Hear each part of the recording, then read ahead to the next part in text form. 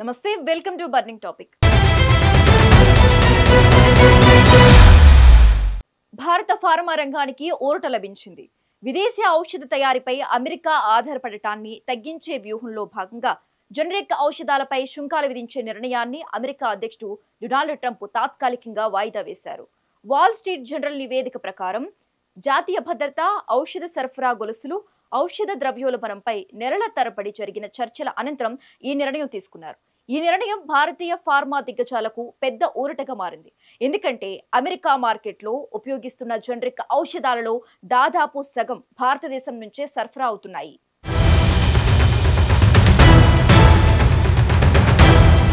Trump పరిపాలన అమెరికాలో generic ఔషధాల దిగుమతులపై సుంకాలు విధించే ప్రణాళికలను నిలిపివేసింది. ఈ నిర్ణయం భారత ఔషధ కంపెనీలకు పెద్ద ఉపశమనం తెచ్చింది. ఎందుకంటే అమెరికాలో వినియోగించే జనరిక్ ప్రిస్క్రిప్షన్లలో దాదాపు సగం మందులు భారతదేశం నుంచి వస్తున్నాయి.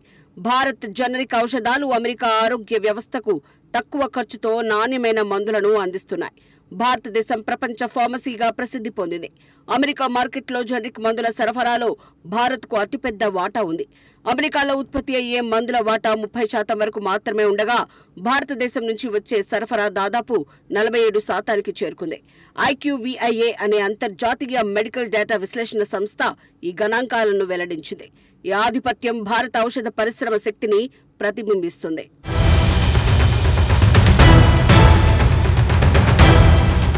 జనరిక్ మందులపై సుంకాలు విధించకూడదన్న నిర్ణయం అమెరికా వాణిజ్య శాఖ చేపట్టిన పరిశోధన పరిధిని తగ్గించినట్లుగా వాల్ స్ట్రీట్ జర్నల్ నివేదించింది. గత ఏప్రిల్లో ఆ శాఖ ఫెడరల్ రిజిస్ట్రార్ ద్వారా ఇచ్చిన ప్రకటనలో పూర్తి రూపమున్న జనరిక్, నాన్ జనరిక్ ఔషధాలు అలాగే వాటి ముడి పదార్థాలు కూడా దర్యాప్తులో భాగమని తెలిపింది. కానీ వైట్ హౌస్ ఇప్పుడు ఆ ప్రణాళికను తగ్గించింది. మాగా వర్గంలో ఈ అంశంపై తీవ్రమైన వాదోపవాదాలు జరిగాయి. కఠిన వాదులు సుంకాలు విధించి అమెరికాలో ఔషధ ఉత్పత్తి పునరుద్ధరించాలన్న డిమాండ్ చేశారు. వారి అభిప్రాయం ప్రకారం విదేశీ ఆధారాన్ని తగ్గించడం జాతీయ భద్రతకు అవసరం. కానీ ట్రంప్ దేశీయ విధాన మండలి సభ్యులు వ్యతిరేకించారు. వారు సుంకాల విధానం మందుల ధరలను పెంచి వినియోగదారులకు ఇబ్బంది కలిగిస్తుందని సూచించారు.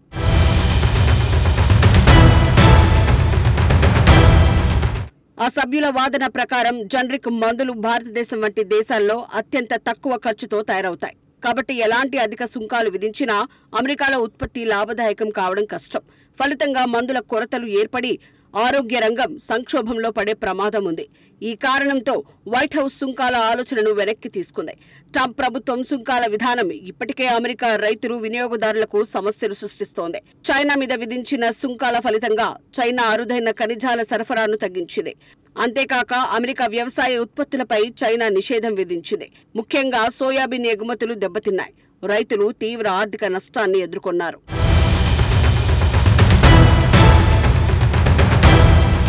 ఇక ఈ నిర్ణయం ట్రంప్ పరిపాలనలో అంతర్గత విభజనను కూడా బహిర్గతం చేసింది. White house national policy council సభ్యుడు థియో మోర్కెల్ వంటి అధికారులు ధరల పెరుగుదల, సరఫరా కొరతల ప్రమాదాలను చూపిస్తూ సుంకాలను వ్యతిరేకించారు. వారి వాదన ప్రకారం జనరిక్ ఉత్పత్తులపై అధిక సుంకాలు విధించడం వల్ల దేశీయ ఉత్పత్తి ఖర్చులు పెరిగి అమెరికన్ తయారీ పోటీదారులుగా మారే అవకాశం తక్కువగా అవుతుంది. వాణిజ్య శాఖలోని కొంతమంది అధికారులు దీర్ఘకాలంలో దేశీయ ఉత్పత్తిని పెంచేందుకు సుంకాలు లేదా కోటాలు అవసరమని వాదిస్తున్నారు. కోవిడ్-19 మహమ్మారి సమయంలో ఎదురైన ఔషధ కొరతలు ఇలాంటి ఆలోచనలకు దారితీశాయి.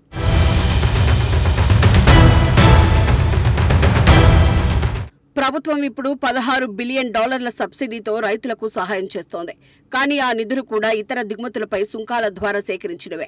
చివరికి ఆ భారాన్ని అమెరికన్ వినియోగదారులు భరించాల్సి వస్తోంది. ఒక రైతు ప్రభుత్వం మన దగ్గర డబ్బు తీసుకుని మళ్లీ అదే మనకే ఇస్తోంది అని సోషల్ మీడియాలో వ్యాఖ్యానించారు. ఈ వ్యాఖ్యలు రైతుల ఆవేదనను స్పష్టంగా చూపిస్తున్నాయి. జనరిక్ మందులపై సుంకాలు రద్దు చేయడం అమెరికా ప్రజలకు ఊరటను అందించింది. ఎందుకంటే ఆరోగ్య ఖర్చులు ఇప్పటికే పెరుగుతున్న నేపథ్యంలో ఈ నిర్ణయం ఉపశమనం ఇచ్చింది. భారత్ జనరిక్ ఔషధాలు 2022లో అమెరికా ఆరోగ్య వ్యవస్థకు $219 బిలియన్ ఆదా చేశాయి. గత దశాబ్దంలో ఆ మొత్తం $1.3 ట్రిలియన్ దాటింది. ఇది భారత ఔషధ పరిశ్రమ ప్రపంచ ఆరోగ్య రంగానికి చేసిన సేవకు ప్రతీక.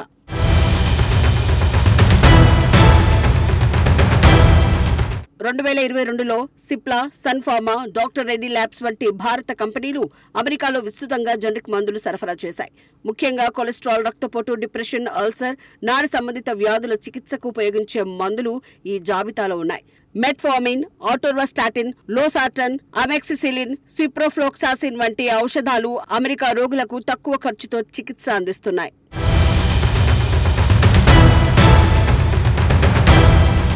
ట్రంప్ బృందం కేవలం సుంకాలపైనే కాకుండా దేశీయ ఔషధ తయారీని ప్రోత్సహించడానికి ఇతర మార్గాలను కూడా అన్వేషిస్తోంది. వీటిలో అమెరికాలో తయారీ యూనిట్లకు తక్కువ వడ్డీ రుణాలు, ప్రభుత్వ గ్రాంట్లు, విదేశీ భాగస్వామ్యులను ప్రోత్సహించే వాణిజ్య ఒప్పందాలు ఉన్నాయి. ఈ నేపథ్యంలో ట్రంప్ తీసుకున్న తాజా నిర్ణయం భారత ఫార్మా రంగానికి తాత్కాలిక ఊరటను ఇవ్వడమే కాకుండా అమెరికా భారత్ వాణిజ్య సంబంధాల మధ్య సానుకూల సంకేతాన్ని పంపించింది.